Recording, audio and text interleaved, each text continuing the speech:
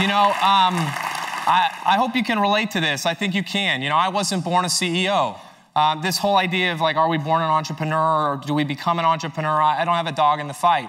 But being a CEO is something that I've had to learn over time. And when I first quit my job at Electronic Arts and I got out, I was so hyped up. I was meeting with VCs. I was putting pitch decks together.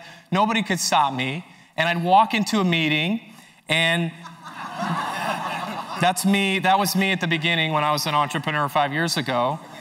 And I was ready. And then about 10 minutes into the meeting, tell me if you can relate to this, you go from being this guy to something like this guy.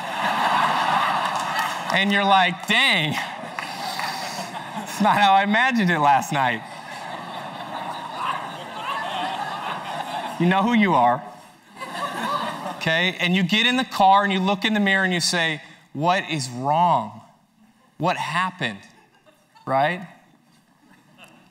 And you look in the mirror and you say, it's me. What's wrong with me? What's wrong with my product? What's wrong with my vision? Because I think they're expecting this guy, right? And I feel like I let them down because I'm not this guy. He's a great guy, but I'm not in my early 20s. I didn't drop out of college. I didn't go to an Ivy League. My first product I launched out of EA was a disaster. Oh, thanks a lot. Put my heart and soul into that thing. Yeah, it's funny now, isn't it? Yeah, it's funny now. You're like, I wrote that review. Okay? That's truth. Okay? You feel like I'm supposed to be riding some huge wave all the time, right? If my company's not going to make somebody $1 billion, there's something wrong with it. Sometimes I feel like maybe they expect me to have a full head of hair, that's going to help, I don't have curly brown hair, that's a problem. Look, I could, I'm just shaved. It's not bald, it's shaved, you guys. I choose this. I'm not judging hair people. That's what you choose, Jeez. I feel like sometimes I'm expected to get drunk all the time and do drugs and just say stupid stuff. Then I'm going to get press. Then I'm going to be relevant. Well, look, I work harder than anybody, but I'm sorry, I never quite hit Ballmer's peak. Okay? It's not who I am. Look, my team is diverse. On my team, we figured out the other night we speak about 10 languages amongst the 12 of us. And, we're not 22-year-old white dudes sitting in a frat house playing beer pong all the time. I'm just not that cool, okay? I have a beautiful baby girl. I've got an amazing wife and co-founder. I have 2 amazing boys that inspire me. You kidding me? It's not funny. You guys are sick. You laugh at that kind of stuff? That's what kind of gets you going? Look, I'm not the world's best engineer. In fact, I don't code at all. I still kick myself for walking out of that freshman year CS class. It was a mistake. I'm sorry. I partner with amazing engineers. They're here tonight. My co-founder, well, I'm going to talk about him in a minute, but the idea that people that aren't engineers, this is not my co-founder, which it was, the idea that you have to be this one specific mold or you can't be successful is just not true. Never forget that, right? This idea that, this expectation that if my co-founders don't hate me, I must be doing something wrong. I've worked with my co-founder for 4.5 years. I met him on 99 Designs and we've been going strong ever since. He helped me put together this presentation. He's an awesome guy, Those guys again, huh? Look, I'm sorry startups got so cool all of a sudden.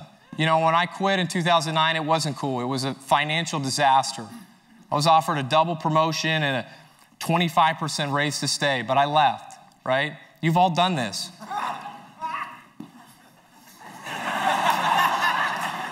I'm loving you, man. You're in free next year, all right? Who is that? Loving you.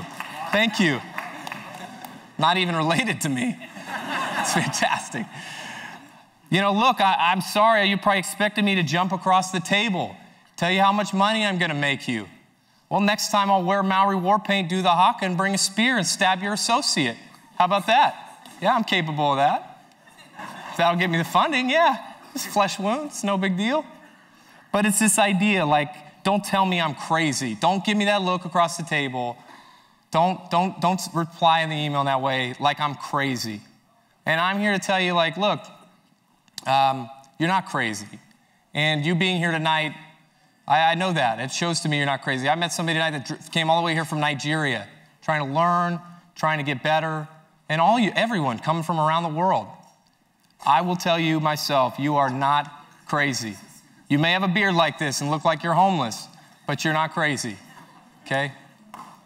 We see the world differently, right? Right? Same for you guys? Yeah. It's this weird thing with bald guys. They're all like, yeah, bald, yeah. Like, we're bros. We're not bros. We're just bald. We have nothing else in common. You know, look, we fail. We make mistakes. Things happen. Who of us hasn't ridden the proverbial unicycle down a full flight of stairs before? Why are you act so surprised like you haven't seen that before? This is you about 6 months ago. And this is you maybe last week. Not yet, right there. Okay. I firmly believe in what I've seen from the hundreds of amazing entrepreneurs I've interviewed over the last 5 years is that everyone gets a chance. Everyone gets a chance on the opportunity merry-go-round or whatever you want to call it. I sound like a politician. But you get a chance. It might take you 5, 10, 15, 20, 51, but the 52nd could be Angry Birds. But I can promise you this, there's those boys again. If you get out of the game, if you give up, you will never get a chance. And that's what the startup grind is all about. We're all here, we're grinding it out, we're trying to make it happen. Welcome to our conference. Thank you for coming.